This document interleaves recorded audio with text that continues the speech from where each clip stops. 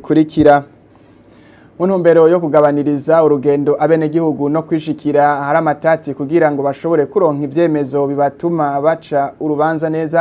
Sentare Ntahinyuzwa yarashashe kuri uyu wa gatanu Makamba mu ntara ya Burunga aho yariko irumviriza yongera iburanisha imanza ziri mu masentare y'iyo ntara. Ibikorwa bikaba vyari bihagarariwe n'umukuru wa Sentare Ntahinyuzwa Gamaliel Nkurunziza. Nayo muryango utabara imbabare wo mu Burundi warashikirije ko mugaragaro kuri uyu wa gatanu inyubako z'utuzu twa sugumwe zubatse mu nkambi y'impunzi z'abanyekongo ya Busuma iri mu ntara ya Buhumuza ni mu ntumbero yo gukinga indwara zishobora kwaduka navyo nyene twabibateguriye muri ano makuru.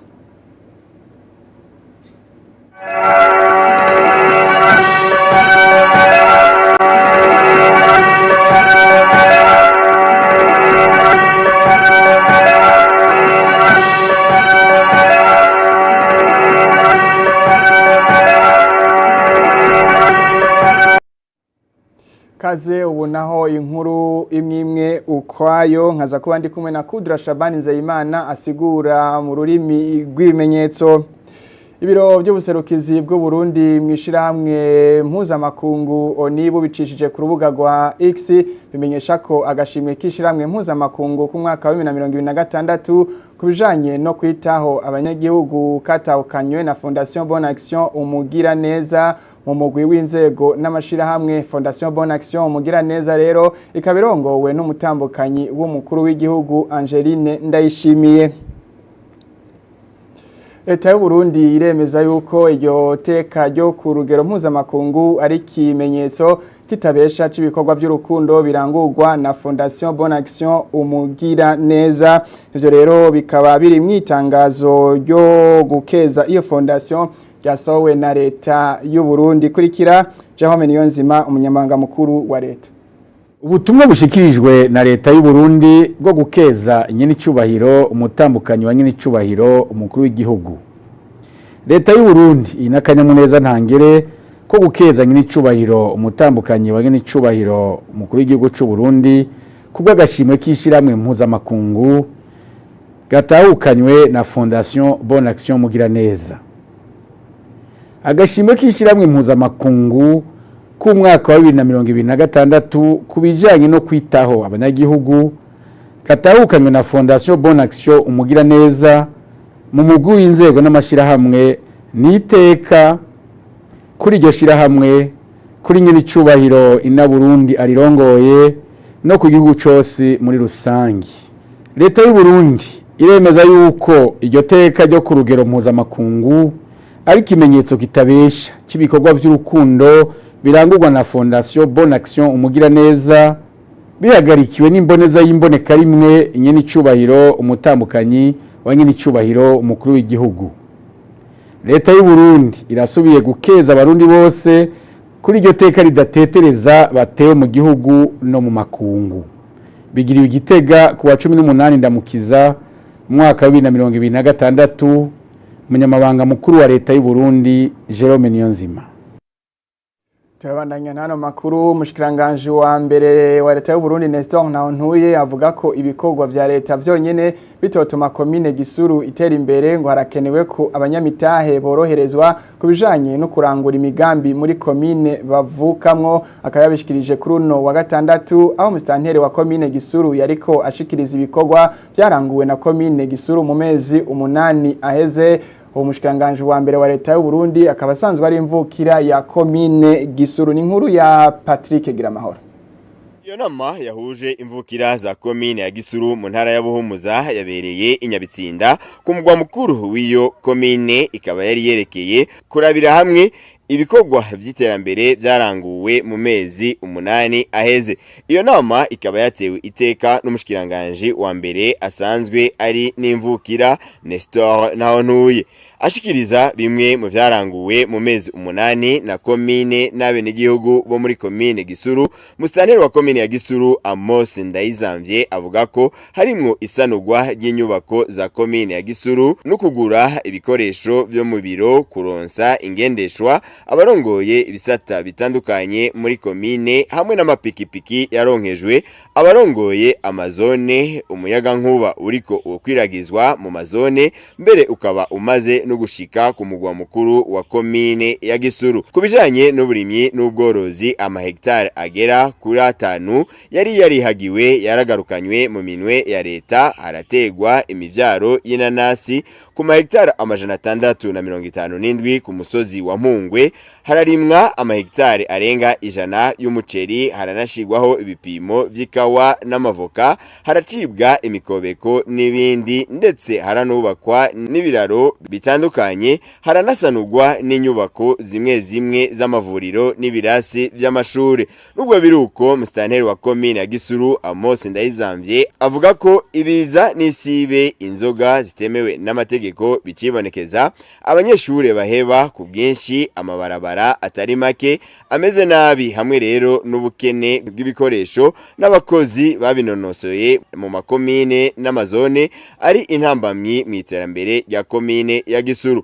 Umushikiranganje wa mbere Nestor Ntahontuye avuga ko ibikorwa vya leta vyonyene bitoshobora guteza imbere komine Gisuru, ari naco gituma abikorera ivyabo bokoroherezwa nabo bakagira ico baterereye mu iterambere rya komine. Abene gihugu bose babamobiliza umwe wese mu byo ashoboye mu nguvu ziwe, kuko inguvu n'umutahe. Ibi byo kugira imikobeko, ibi byo korora, ibi byo gutera amapipiniyeri mwazanye, ibi byo korora inzuki, waga niho hari ubutunzi, icyo twita création de richesse. Kuko Gisuru izotera imbere ari uko abene gihugu bose bafise uburyo. Amagarira kandi indongozi guhimiriza abenegihugu gukurikiza itegeko shikiranganje rijanye n'isuku n'isukura. Mu bikorwa rero bitegekanijwe hakaba harimwo kubaka ibiro vya komine ya Gisuru bizoba bigeretse incuro zibiri, bikazotwara uburyo burenga gato imiliyaridi 3 n'imiliyoni 120 z'amafaranga y'amarundi. Uko nabibabwiye mu ngingo nkuru zano makuru, sentare Ntahinyuzwa yarashashe kuri uyu wa gatanu Makamba mu ntara ya Burunga, aho yariko irumviriza yongera iburanisha imanza ziri mu masentare y'iyo ntara. Umukuru w'iyo sentare Gamaliel Nkurunziza akamenyesha ko ari mu ntumbero yo kugabaniriza urugendo abenegihugu no kwishikira hari amatati kugira ngo bashobore kuronka ivyemezo bibatuma baca urubanza neza. Ni inkuru ya Nadia Ndayizeye.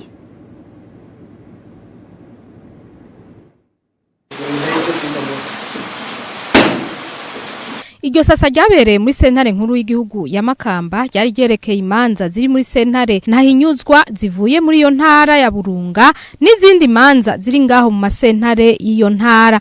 Gamaliel Nkurunziza umukuru wa sentare Ntahinyuzwa amenyesha ko imanza zishika 70% ziri muri iyo sentare ari zituruka muri iyo ntara ya Burunga.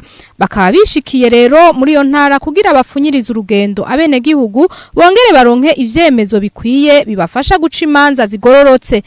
Twarabonye ko iki gikorwa ari gikorwa ciza. Ubwa mbere kiragabaniriza abenegihugu urugendo, kikabaganiriza uburyo basanzwe bakoresha mu kuva muri no mihingo. Ikindi nuko tubona ko imanza uko zibandanya zigwira ari byiza ko twegera abenegihugu kugira turonke umuco, cyane cyane kubijanye n'amatati. Turaharonkera ivyemezo bikwiye twishikiye kwitongo, tukagerageza kumviriza ibyabona n'abarengana noneho baraduha umuco, cyane cyane ko ari bo basanzwe bazi neza amatati ahuza abari mu kibano.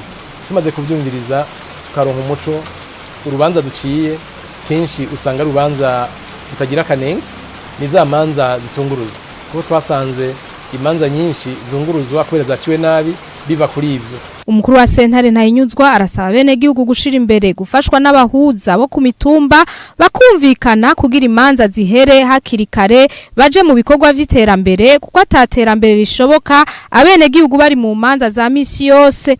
Ivyo bikorwa vya sentare Ntahinyuzwa rero bikazomara indwi zibiri ngaho mu ntara ya Burunga, bikazoca bibandaniza mu zindi ntara gushika mu kwezi kwa gatandatu. Turabandanya nano makuru. Umushikiranganje mu vyajejwe harimwo ubudandaji amenyesha ko ibikorwa by'isize n'ikawa y'umwaka wa 2026 shiro wa 2027 yamaze gutangura. Hassan Kibeya amenyesha kandi ko hashizweho ubuhinga bwa none bwo kwegeranya ibiharuro bijanye n'umwimbu w'ikawa. Abajejwe kwegeranya umwimbu w'ikawa no kuwingura bakwije ibisabwa bakaba ngo baratanguye kuwakira ku matonorero yemewe n'amategeko. Tumukurikire. Ibikorwa by'isizeni y'uno mwaka w'ibihumbi 2026 ushira ibihumbi 2027 byaratanguye. Amanama ajanye no gutegura isizeni y'uno mwaka yaratunganyijwe mu ntara zose z'igihugu. Urubuga rushasha rwo kwegeranya ibiharuro bijanye n'umwimbu w'ikawa biciye mu buhinga bwa none rwaratunganyijwe rwongera rushigwa ahabona n'ibiro bijejwe ivyigwa n'iterambere mu biro by'umukuru w'igihugu bifatikanije n'ikigo Odeka. Amanama nkarisha bwenge kubijanye no gukoresha urwo rubuga rushasha rwo kwegeranya ibiharuro bijanye n'umwimbu w'ikawa yaratunganijwe kubajejwe kwegeranya ivyo biharuro ku matonorero yose n'ibibanza vyegeranizo vyemewe n'amategeko. Amategeko agenga iyi sizeni yarahinyanyuwe yongera aremezwa n'abasanzwe begeranya bakongera bagahingura umwimbu w'ikawa. Abajejwe kwegeranya umwimbu w'ikawa no kuwuhingura bakwije ibisabwa n'amategeko baratanguye kwakira umwimbu ku matonorero no mu bibanza vyegeranizo vyemewe n'amategeko. Tuboneyeho rero akaryo ko gutera kamo abarimyi bose bikawa ko bobandanya batanga ibisabwa bijanye n'imyidondoro yabo n'amakonti yo guhemberwa ko biciye mu buhinga bwa none. Hassan Kibeya amenyesha kandi ko mu gihe igiciro c'ikawa cabandanije kigabanuka ku isoko mpuzamakungu, leta y'u Burundi yafashe ingingo ko igiciro c'umurimyi kitagabanuka. Ikiro c'ikawa ihishiye kikazogurwa 2800 na ikiro c'ikawa y'ibisogwa kikazogurwa 1400. Agahamagarira rero abajejwe intwaro, abajejwe umutekano hamwe n'abene gihugu kurwanya inyuruzwa ry'ikawa ishoka biciye mu kinywabi no gukurikira. Hassan Kibeya umushikiranganje ajejwe ubudandaji. Naho igiciro c'ikawa ku isoko mpuzamakungu cagumye kigamanuka kikaba cavuye ku madolari 8 kigeze ubu naho ku madolari 6, leta y'u Burundi yafashe ingingo ko igiciro c'umurimyi kitagabanuka. Igiciro cibanze ku kiro c'ikawa nziza ihishiye kizogurwa amafaranga 2800. Ikiro c'ikawa y'ibisogwa naco kikazogurwa amafaranga 1400. Tuboneyeho rero akaryo ko guhumuriza abarimyi b'ikawa tubamenyesha ko mu gihe igiciro ku isoko mpuzamakungu cyo kwisununura ko bazoronswa agahembo kiyongera. Twagire dusabe rero abakorera mu gisata c'ikawa na cane abegeranya bakongera bakayihingura ko bukubahiriza ico giciro, twongera tubibutsa kandi ko bukubahiriza amategeko agenga iyi sizeni. Imbere yo kurangiza twashaka kwibutsa ko kugwanya ishoka ry'ikawa biciye mu binywabi ari urugamba rwa buri murundi wese, ari naco gituma duteye akamu abajejwe intwaro, abajejwe umutekano, abajejwe ubutungane hamwe n'abene gihugu bose ko bobandanya bagira urunani mu kugwanya bimwe biboneka inyuruzwa ry'ikawa ishoka biciye mu binywabi na cane muri kino gihe cigeranywa ry'ikawa ihishiye. Turabandanya nano makuru twabateguriye kuri uyu wa gatandatu mu kigo ca kaminuza y'u Burundi hahimbajwe isabukuru ya mbere. Hari igisata cigisha ururimi rw'igishinwa muri kaminuza y'u Burundi. Urongoye ico gisata Atanaze Nkunzimana akaba yamenyesheje ko bifuza ko abantu benshi bomenya ururimi rw'igishinwa bagashobora no gusigura urwo rurimi mu zindi ndimi. Ni inkuru ya Claudine Manirama.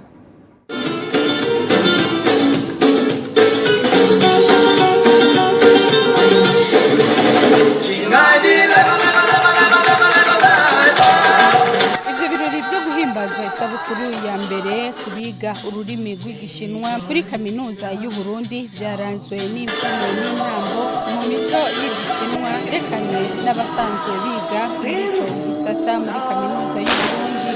abafashe amajambo bose aba uwurongoye igisata c'indimi muri kaminuza y'u Burundi, umuyobozi w'igisata cigisha igishinwa mu Burundi, umuyobozi ajejwe ivy'inyigisho muri kaminuza y'u Burundi, n'uwaserukiye ubushikiranganji bw'indero n'ubushakashatsi hamwe n'uwaserukiye ubuserukizi bw'igihugu c'Ubushinwa mu Burundi, bose bagarutse ku kamaro k'izo nyigisho mu gutsimbataza imigenderanire hagati y'igihugu c'u Burundi n'igihugu c'Ubushinwa, guhanahana ubumenyi hamwe rero nuko urwaruka rushobora kwiteza imbere biciye mu rurimi rw'igishinwa.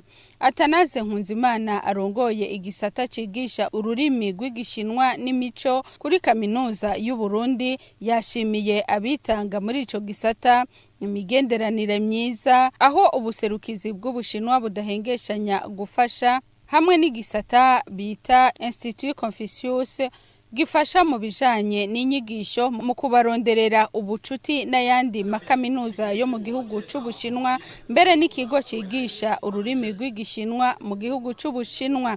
Ihangiro rero ngo nuko haboneka abarundi benshi bavuga ururimi rw'igishinwa. Ihangiro ryame nuko tugira abarundi benshi bashobora kuvuga ururimi rw'igishinwa. Tumaze kugira abarundi benshi bizotuma haba navuga bwa bucuti hagati n'Ubushinwa bwiyongera, hanyuma kandi bizotuma ryatemberera amagiyongera kubera abarundi batari bake bazoronka ubuzi bwo gukora mu bijanye no gusigura cyangwa gusimura, ukura mu gishinwa ushira mu gifaransa, ukura mu gifaransa ushira mu gishinwa, cyangwa ukura mu gishinwa ushira mu congereza, mu congereza ushira mu gishinwa, mu giswahili. Na burya abarundi dufise impano yo kuba tuvuga indimi nyinshi. Urongoye igisata kijejwe kwigisha ururimi rw'igishinwa n'imico muri kaminuza y'u Burundi, Atanaze Nkunzimana yahamagariye abanyeshure guhurumbira ico gisata n'abarongoye amashure yisumbuye kumenyekanisha ivy'ico gisata, maze abanyeshure bagihurumbire kuko ngo ni igisata gisanzwe kiri mu bisata vya kaminuza y'u Burundi.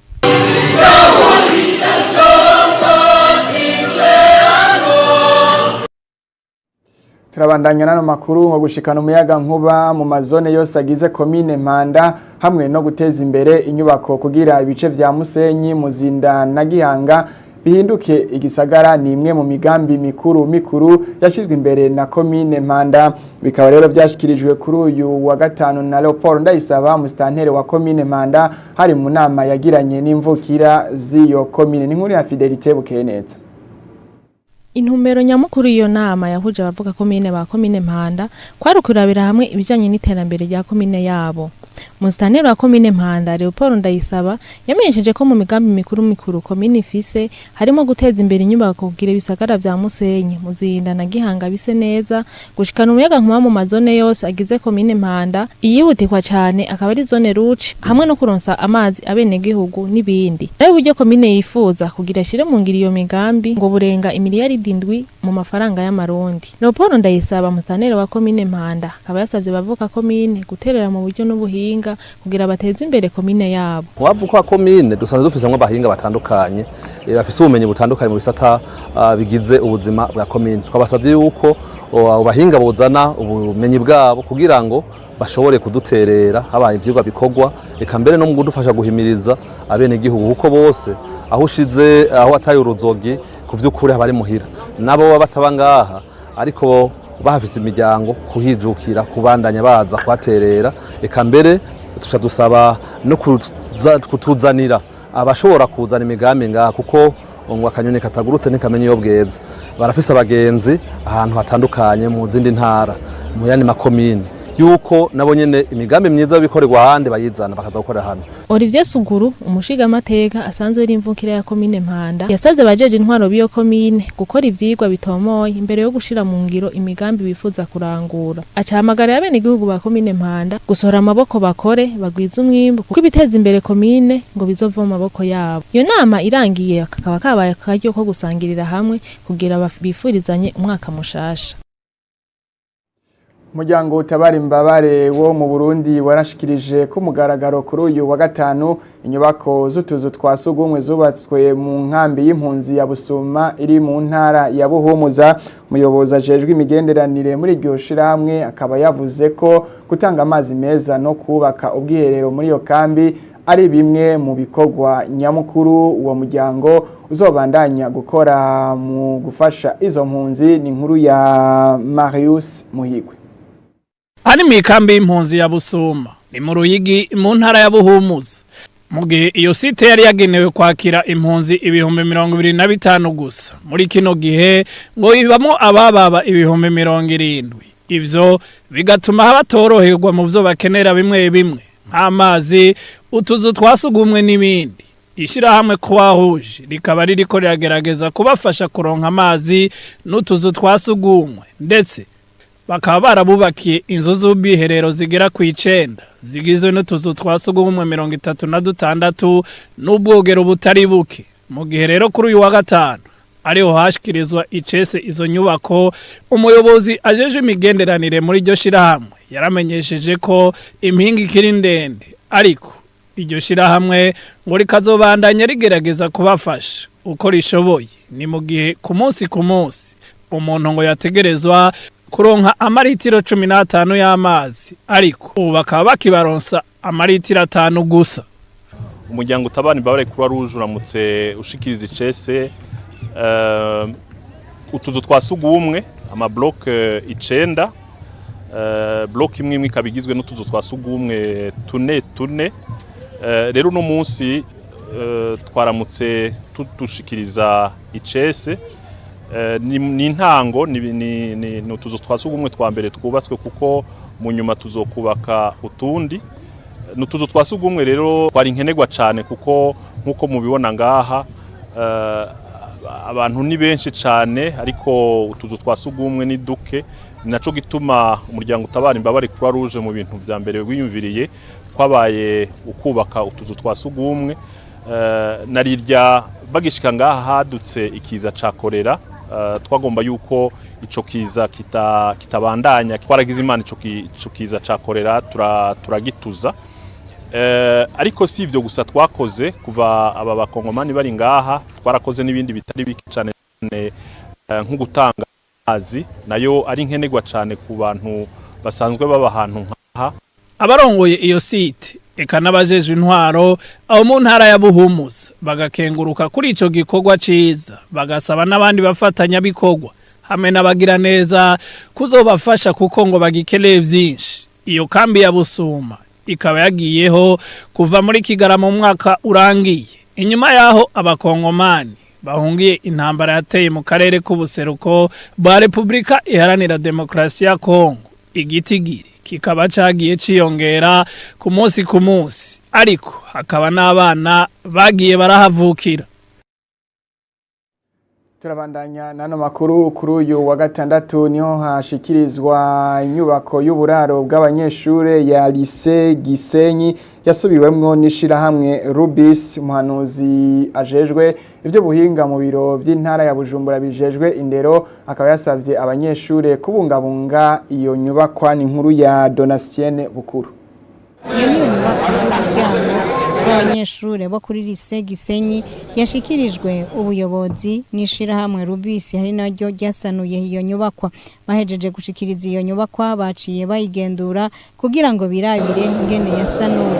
Umuyobozi w'iryo shure akaba yakengurukiye iryo shirahamwe. Ndashimye ibivambutima ishirahamwe Rubis ntirizogarukiriza ngaha gusa, ahubwo rizobandanya ridusanurira n'ibindi byose bisigaye byo mu kigo, ari amashure, ari uburiro. Uwaserukiye abanyeshure nawe nyene yakengurutse, aho yanasabye ko iryo shirahamwe ryoshika no kuyandi mashure bafise ingorane nk'izo. Bakunda guca umugani ati ntawe urya inzoka gananirwe n'umurizo. Nk'uko batanguye igikorwa ntibogiciriza hagati, ahubwo ntibakibandanye kugira ngo ibintu bizobandanye bigenda neza. Nongera nsaba iki gikorwa Rubis yadukoreye ibandanye ikora no ku yandi mashure. Umuhanuzi ajejwe ibijanye n'ubuhinga mu buyobozi bw'indero mu ntara ya Bujumbura nawe yasabye abanyeshure kubungabunga iyo nyubako. Ibikorwa byinshi, ibikoresho byinshi babiri ku mashuri. Sanga muko mikoresha uko bitagenewe. Mu bibungabunge rero aho ejo haza barumuna banyu ni baza kwa no shuri baze basange byose bikwiriye. Arangije hasaba ishiramwe Rubis kwiyumvira no kuzindi nyubako za kera zikeneye gusubirwamo na cane ziri mu gisagara ca Bujumbura. Tubandanirize mu makuru avugwa mu gisata c'inkino umugwi serukiragihugu intamba mu rugamba z'abigeme batarenza imyaka 17 ngo bagiye kubandanya gukina inkino zo kurondera uburenganzira bwo kuzoserukira igihugu mu nkino z'igikombe c'isi ni nyuma yaho basezereye abigeme batarenza imyaka 17 bo mu mugwi serukiragihugu w'igihugu ca Malawi mu kubatsinda ibitsindo 2-1 mu rukino rwo gusubiriza rwabereye ku kibuga citiriwe Intwari hari kuri uyu wa gatandatu ni inkuru twateguriwe na Adelin Harerimana.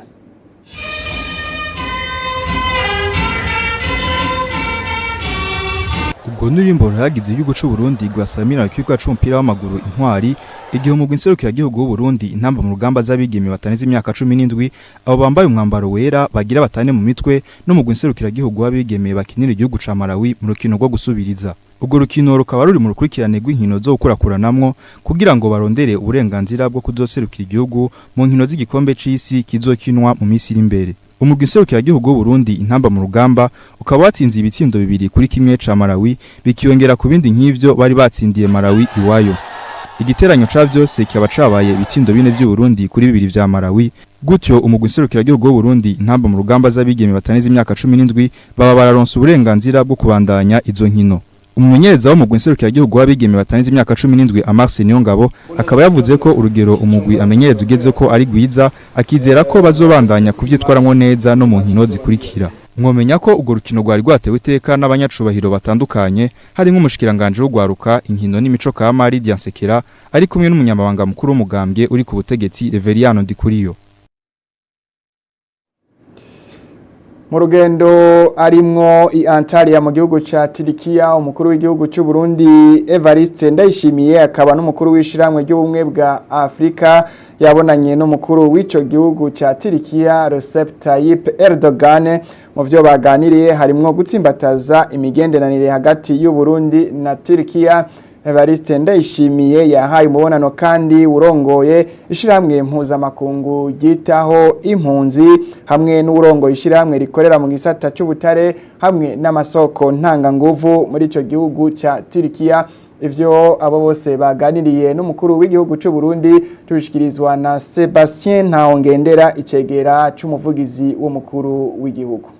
N'icubahiro umukuru w'igihugu cacu ciza c'u Burundi arabandanya aha imibonano abandi banyacubahiro uno munsi imbere akaba yagiranye umubonano ukomeye cyane n'umukuru w'igihugu ca Turkiya nyene akaba yamwakiriye umukuru w'igihugu ca Turkiya nyene icubahiro Recep Tayyip Erdogan nyene icubahiro Erdogan akiheza kumuramutsa amuha nikaze ntiyatevye guca abanza kumuhoza no guhoza igihugu cyose kubijanye n'impanuka iherutse gushika mu gihugu c'u Burundi mu ikambi ya gisirikare aho abantu bahasize ubuzima mbere n'ibikoresho bimwe bimwe bikahononekarira. Nyine icubahiro Erdogan aritayeho cyane ivy'imigenderanire mu vy'urucuruzwa n'u Burundi ku buryo mbere wadashimishwa n'ukuntu ubwo rucuruzwa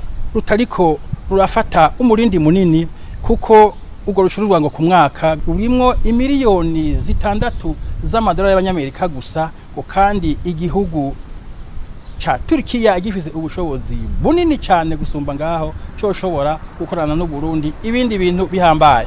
Igihugu cha Turkiya kandi kirafashanya n'u Burundi mu bijanye n'indero ivyo umukuru w'igihugu cha Turkiya yavyibukije mbere agira ko nk'umurwi w'igisahira acasabanye n'icubahiro umukuru w'igihugu cyacu kiza c'u Burundi ko yomwemerera agashinga mu Burundi ikigo gikukira ishirahamwe rikomeye ryo ngaha muri Turkiya rijanye n'ivyo kwigisha gitwa Marif, rikaba rero ari ryo ryonyene rifise uburenganzira bwo guha umuntu gutanguza inyigisho mu mahanga, inyigisho za Turkiya mu bihugu byo mu mahanga.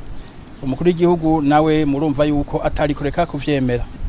Nyene cyubahiro mu gihugu ca Turkiya yagarutse ku migenderanire iri hagati ya Afrika n'igihugu ciwe, aributsa yuko abasoda ba Turkiya bagize uruhara runini mu kugarukana leta muri Afrika, cyane cyane leta muri Somalia, eka mbere no mu gihugu ca Libya. Kuri gihugu cacu ciza c'u Burundi, nyene cyo Vice Ndayishimiye nawe afashe ijambo yashimiye mugenzi we ko yashoboye gutunganya neza iyi nama bari bajemwo, inama ijanye n'ivyo kwiga ivy'imigenderanire n'ibindi bihugu.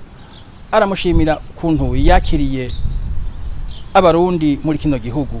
Ama rero aca aboneraho akaryo nawe ko kumubwira ivyo yifuza vyoranguka mu rwego rw'imigenderanire.